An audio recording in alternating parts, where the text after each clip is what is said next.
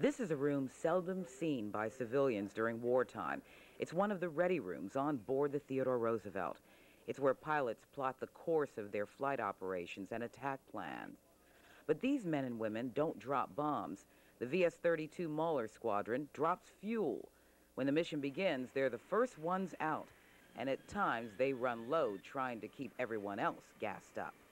It is true, and that's a big concern. On the first day, we had a couple of guys come back lower than we want. We look to come back with a couple of passes here in case we're having a bad night. And on the first night, we had guys that were coming back a little bit lower than that, so we had to watch that real close.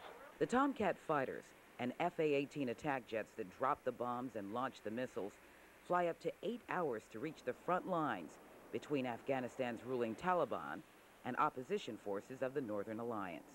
These aircraft are capable of pinpoint accuracy when it comes to dropping payload, but it can't get from this aircraft carrier to Afghanistan without a little help from the S-3.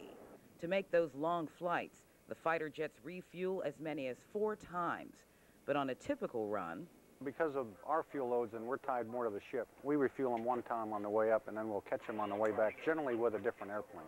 Despite the necessity of their mission, the S-3B pilots are often teased for being gas station attendants, but the joking stops when they save a pilot low on fuel.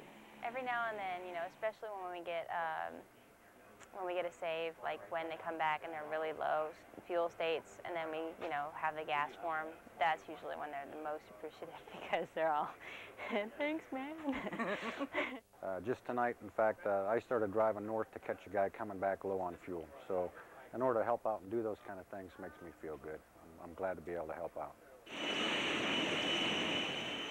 The Mauler squadron is the first out and the last to return to the flight deck of the carrier, providing a gas line and, in some cases, a lifeline to the front line.